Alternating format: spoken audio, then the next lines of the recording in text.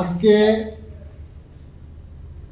Session জাজ ধলাই ডিস্ট্রিক্টে মাননীয় বিচারক ধীমান দেববর্মা মহোদয়ের এজলাসে নেপালটিলা থানার অন্তর্গত বৃক্ষরামপাড়াতে একটি খুনের ঘটনায় আসামিকে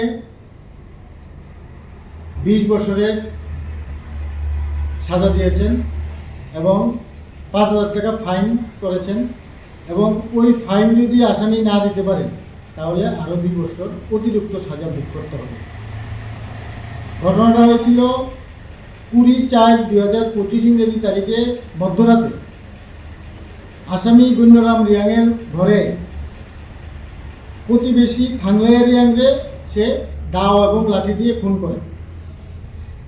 পরের দিন থাংলাইয়া রিয়াংয়ের বাড়ির মানুষ থাংলাইয়া রিয়াংকে খুঁজে না পেয়ে গুন্নরাম রিয়াংয়ের বাড়িতে এসে ঘরের ফাঁক দিয়ে দেখে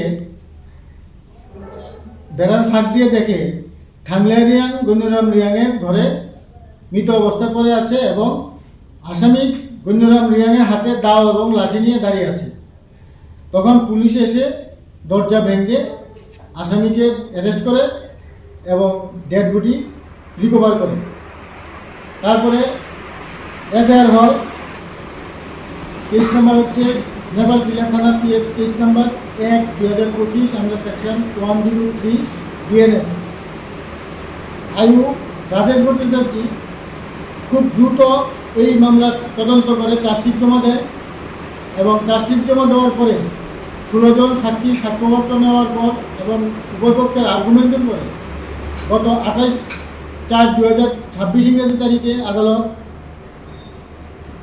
আসামি গুন্নরাম রিয়াংকে দোষী সাব্যস্ত করে এবং আজকে গুন্নরাম রিয়াংকে পানিশমেন্ট ঘোষণা করেন এবং 20 বছরের সাজা ঘোষণা করেন, 5,000 টাকা জরিমানা করেন এবং 5,000 টাকা অনাদায়ে আরও 2 বছর অতিরিক্ত জেল খাটতে হবে এবং ভিকটিম পরিবারকে কম্পেনসেশন দেওয়ার জন্য 2 লক্ষ টাকা কম্পেনসেশন দেওয়ার জন্য ডিস্ট্রিক্ট লিগ্যাল সার্ভিস অথরিটিকে নির্দেশ দেন।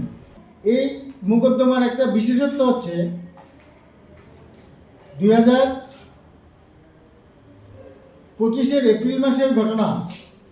4 মাসের মধ্যে ইনভেস্টিগেশন অফিসার তদন্ত করে আদালত চার্জশিট জমা দেয় এবং চার্জশিট জমা দেওয়ার পরে 8 মাসের মধ্যে বিচার প্রক্রিয়া শেষ হয়।